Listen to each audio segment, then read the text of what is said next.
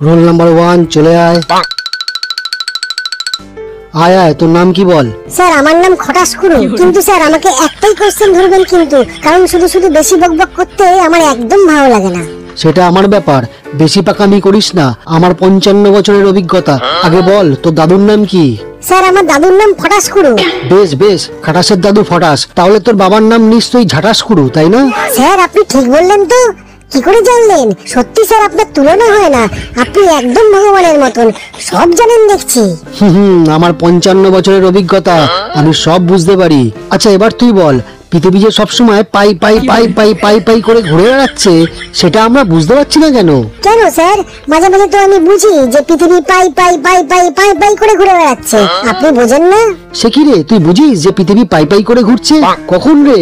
Very interesting, বল বল। যখন আমি বাবার ওই পানের ডিব্বা থেকে দুখানা জর্দা দেওয়া পান একসঙ্গে খেয়ে নিই, তখনই তো বুঝি যে পৃথিবী পাই পাই করে ঘুরছে। আপনিও জর্দা দেওয়া পান খেয়ে দেখবেন, আপনিও বুঝতে পারবেন স্যার। এই লক্ষ্মী ছাড়া, তার মানে তুই জর্দা দেওয়া পান খাস? তুই তো দেখছি পাক্কা পানখোর হবি। হ্যাঁ স্যার, ওই মাঝে মাঝে মেরে দেই। বাবা যখন পান খায় তখন বাবা সবসময় বলে যে এই জর্দা দেওয়া পানই আমাকে বাঁচিয়ে রেখেছে চিন্তার হাত থেকে। তাই তো স্যার আপনার মুখটা মনে পড়লে আমিও লুকিয়ে লুকিয়ে মেরে দিই পান, কারণ আপনার চিন্তার হাত থেকে বাঁচবার জন্য। আর তখনই দেখি পৃথিবী ঘুরছে। থাক থাক, আর পৃথিবীর ঘোরার দরকার নেই। এবার তোকে একটা প্রশ্ন করবো ইতিহাস থেকে। তুই এবার বল, কোন ঘটনাকে ঐতিহাসিক ঘটনা কখন বলা হয়? স্যার ওই ইতিহাস পরীক্ষার দিন যদি কেউ টুকলি করতে গিয়ে হাতে নাতে ধরা পড়ে, তখন তার খাতা ক্যান্সেল করে তাকে চট থাপ্পড় লাথি ঘুষি মেরে যখন বাড়িতে পাঠিয়ে দেওয়া হয়, তখন এই ঘটনাকে ঐতিহাসিক ঘটনা বলা হয় স্যার।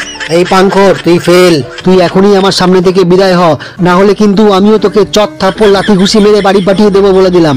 স্যার একটা কথা বলি, শেষবারের মতন বাংলা থেকে একটা প্রশ্ন ধরুন না, তারপর না হয় বাড়ি পাঠাবেন। ঠিক আছে ঠিক আছে, তোকে শেষ সুযোগ দিচ্ছি। বল, সন্ধি বিচ্ছেদ কাকে বলা হয়? স্যার যখন দুই প্রেমিক প্রেমিকার মধ্যে বিচ্ছেদ হয়ে যায়, তাদের মধ্যে মুখ দেখাদেখি বন্ধ হয়ে যায়, তখনই তাকে সন্ধি বিচ্ছেদ বলে স্যার। তুই আমার হাত থেকে আজ বেঁচে গেলি কেন জানিস তো? আমার হাতে আজকে খুব ব্যথা। যা তুই ফেল, যা যা যা যা। রোল নাম্বার 2 চলে আয়। এই তোর নাম খেদা না? কিভাবে জানলেন আপনি স্যার? আমার 55 বছরের অভিজ্ঞতা, বুঝলি? আমি মুখ দেখলেই নাম বলে দিতে পারি যাকে মনে করব। বেশ, এবার তোকে বাংলা থেকে একটা প্রশ্ন করি। তুই একটা গরুর রচনা বল। ও গরুর রচনা? কি সোজা কি সোজা, বলছি স্যার। গরুর রচনা, গরুর রচনা, গরুর রচনা, গরুর রচনা, গরুর রচনা, গরুর রচনা। এই হতচ্ছাড়া, থাম থাম। তুই কি তখন থেকে গরুর রচনা করে যাচ্ছিস? স্যার আপনি তো আমাকে বললেন গরুর রচনা বলতে, আমি তো সেটাই বলছি। আরে না রে মাথা মোটা, আমি বলতে চাইছি যে তুই গরু মানে পশু নিয়ে একটা রচনা বল। ও আচ্ছা, এটা আগে বলবেন তো স্যার। ঠিক আছে, এবার পশু নিয়ে রচনা বলছি। পশু নিয়ে রচনা, রচনা রচনা, পশু নিয়ে রচনা, পশু নিয়ে রচনা, রচনা রচনা, পশু নিয়ে রচনা। এই তুই আর রচনা করিস না। অনেক রচনা শুনেছিস আমায়, আমার পেট ভরে গেছে। মনে হচ্ছে আমি কোনো লোকাল ট্রেনে উঠেছি আর তুই রচনার বই বিক্রি করতে এসেছিস আমার কাছে। এই যা তুই ফেল। স্যার এখনই ফেল কেন স্যার? আরো কিছু প্রশ্ন ধরুন ইতিহাস ভূগোল থেকে। বাংলায় ঠিক মতন বলতে পারে না, আবার ইতিহাস ভূগোল। বেশ মাথা মোটা, বলতো বৃষ্টি শুরু হওয়ার আগে ঘন ঘন মেঘ ডাকে কেন? স্যার বৃষ্টি শুরু হওয়ার আগে ঘন ঘন মেঘ ডাকার কারণ হলো বৃষ্টি সবাইকে অ্যালার্ট করে যে তোমরা সবাই যে যেখানে আছো যে যার ঘরে ঢুকে যাও, আমি আসছি আমি আসছি। এই সবাইকে অ্যালার্ট করার জন্যই বৃষ্টি শুরু হওয়ার আগে মেঘ ঘন ঘন ডাকে স্যার। এবার তোকেও আমি অ্যালার্ট করে দিচ্ছি যে তুই এবার মানে আমার সামনে থেকে চলে যা। এবার কোন মূর্খ আছিস, চলে আয়। আয় আয়। এই তুই আগের দিন আসিসনি কেন রে? কোথায় হাওয়া খেতে গেছিলিস? ওই স্যার জামাই ষষ্ঠীতে শ্বশুর বাড়ি গেছিলাম। কি, তুই বিয়ে করেছিস? না স্যার, আমি না জামাই ষষ্ঠী করতে আমি আমার বাবার সাথে আমার বাবার শ্বশুর বাড়ি গেছিলাম স্যার। ও তাই বল। তুই তো প্রায় আমার অবস্থা খারাপ করে দিয়েছিলিস পোড়ামুখ। লেখাপড়া তো তোর সব চুলোয় গেছে। তোকে দেখলেই তো মনে হয় যে তোর সাথে বইপত্রের কোনো সম্পর্কই নেই। বল, পৃথিবী বাই বাই করে এত জোরে ঘোরার পরেও পৃথিবী তার নিজের কক্ষপথ থেকে কেন ছিটকে বেরিয়ে যায় না? স্যার খুব পাকা হাতের ড্রাইভার পৃথিবীটাকে চালাচ্ছে, বুঝলেন? ওই ড্রাইভারটার জন্যই স্যার পৃথিবী তার নিজের পথ থেকে ছিটকে যায় না। পুরোটাই ওই ড্রাইভারটার জন্য স্যার, নাহলে স্যার পৃথিবী কবে ছিটকে পড়ে গড়াগড়ি খেত। আমার আর কিছু বলার নেই।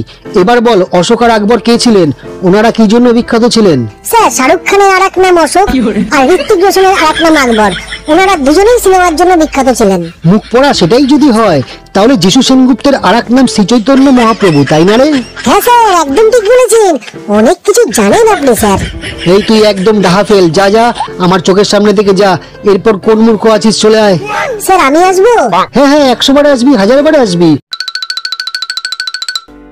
বলতো এবার মালভূমি কাকে বলে? স্যার যে ভূমিতে মালপত্র সব রাখা যায় তাকে মালভূমি বলে স্যার। তোদেরকে পেয়ে আমি ধন্য রে। এবার বল সমুদ্রের জল নোনতা হয় কেন? স্যার সমুদ্রের জল নোনতা হয় তার কারণ পুরোটাই দীঘার পুরীর জন্য স্যার। ওই দীঘার পুরীতে বেড়াতে গিয়ে সবাই সমুদ্রে স্নান করতে নামে, আর স্নান করতে নেমে সবাই ওই জলে প্রস্রাব করে, তাই তো স্যার সমুদ্রের জল নোনতা হয়ে গেছে স্যার। এই হতবাগা তুই আমাকে আর রাগাস না, এই তুই বের হ এখান থেকে। স্যার আমাকে আরেকটা সুযোগ দিন স্যার। আচ্ছা তোকে আমি কিছু অঙ্কের প্রশ্ন করব, আর এটাই হবে তোর জন্য শেষ প্রশ্ন। প্রশ্ন নম্বর 1, এবার তুই আমাকে একের ঘরের নামটা বল। খুব সহজ প্রশ্ন স্যার। 1 1 1 2 1 1 3 1 1 4 1 1 5 1 1। এই মূর্খ, দাঁড়া দাঁড়া দাঁড়া, এটা কি তুই নামটা বলছিস? সব জায়গায় এক কেন আসছে? এতদিন ধরে আমি তোদের কি শিখিয়েছি বলতো? আচ্ছা আমাকে একটা কথা বলতো, তোরা আমাকে কি তোদের পাগল মনে হয় তাই তোরা আমাকে উল্টোপাল্টা উত্তর দিচ্ছিস, নাকি সত্যিই তোরা এক একটা গণ্ডমূর্খ তৈরি হয়েছিস রে?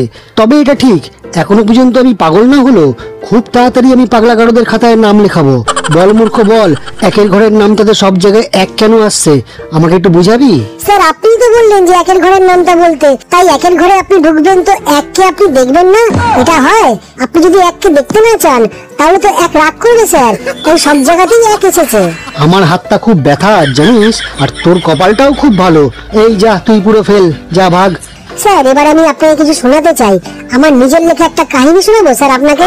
সে কি রে, তুই আবার গল্প লিখিস নাকি? নিজের নামটাই তো ঠিক মতো লিখতে পারিস না।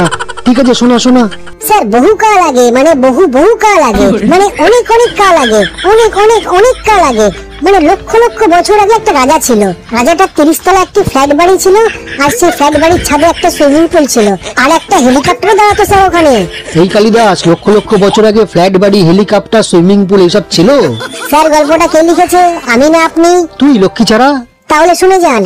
একবার রাজা লোকসভা ভোটে 1.5 লাখ ভোটে হেরেছিল, তারপর থেকে রাজার মনটা খারাপ হয়ে গেছিল জানেন। কি রে, লক্ষ লক্ষ বছর আগে লোকসভা বিধানসভা ভোট ছিল? স্যার গল্পটা কে লিখেছে, আমি না আপনি? তুই লক্ষ্মী ছাড়া। তাহলে শুনে যান। রাজার 2টো মেয়ে ছিল, বড় মেয়েটা ইঞ্জিনিয়ার ছিল আর ছোটটার মোবাইলের দোকান ছিল। কিরে মূর্খ, লক্ষ লক্ষ বছর আগে ইঞ্জিনিয়ারিং পড়ানো হতো, আর তার থেকেও বড় কথা লক্ষ লক্ষ বছর আগে মোবাইল ফোন এসেছিল। স্যার গল্পটা কে লিখেছে, আমি না আপনি? তুই আপদ। তাহলে শুনে যান। রাজার ছোট মেয়েটা একদিনে এক পকেটম্যানের সাথে পালিয়ে গেল। ওরা পালিয়ে গিয়ে হাঁটতে হাঁটতে সুইজারল্যান্ড চলে গেল। অনেকটা রাস্তা যেতে হবে তো, তাই ওরা 5 টাকার ঝালমুড়ি কিনে নিয়েছিল। আর ছোট মেয়ের ওই দোকানটা তখন রাজামশাই দেখভাল করতো, মানে কাস্টমার ধরে ধরে এনে রাজামশাই ফোন বিক্রি করতো। কি সব উল্টো পাল্টা ভুলভাল বকছিস তুই হতভাগা? স্যার গল্পটা কে লিখেছে, আমি না আপনি? তুই তুই তুই হতভাগা তুই। তাহলে শুনে যান। একবার রাজামশাই চিন্তা করলো যে তিনি খুব ধুমধাম করে তার বড় মেয়ের জন্মদিন পালন করবেন। তিনি দেশের প্রতিটা লোককে ইমেল করে নেমন্তন্ন করলেন জানেন স্যার। দেশের প্রতিটা লোক এলো, রাজামশাই প্রতিটা লোককে 2 চামচ করে সিন্নি খাওয়ালেন। এই মূর্খ, লক্ষ লক্ষ বছর আগে ইমেল ছিল, আর রাজামশাই দেশ শুদ্ধ সবাইকে নেমন্তন্ন করে সিন্নি খাওয়ালো, এটাই ছিল ধুমধাম জন্মদিন? স্যার গল্পটা কে লিখেছে, আমি না আপনি? তোর মতো মূর্খই লিখেছে, আমি না। তাহলে শুনে যান। ওই জন্মদিনের বাড়িতে সিন্নি খাওয়ার জন্য রাজার বাড়িতে ডাকাত পড়লো জানেন স্যার। রাজামশাই সঙ্গে সঙ্গে পুলিশকে ফোন করলো, সাথে সাথেই পুলিশ দমকলের গাড়িতে চলে এলো। তারপর ডাকাত আর পুলিশের মধ্যে গুলির লড়াই, ঢিচকাও ঢিচকাও ঢিচকাও, ব্যাস ডাকাতগুলো ধরা পড়ে গেল। আর তারপর রাজা রানী দুজনে বসে জন্মদিনের গিফটগুলো খুলে দেখতে লাগলো। আর যখন ওদের খিদে পেলো তখন ওরা খিচুড়ি খেয়ে শুয়ে পড়লো। কেমন হয়েছে স্যার? এই মূর্খ, খিচুড়ি আবার এলো কোথা থেকে? এই তুই তোর গল্প বন্ধ কর, আর আমি শুনতে চাই না। আজকের মতন আমি চললাম রে, আমার খুব ঘুম পাচ্ছে, আমি আসি।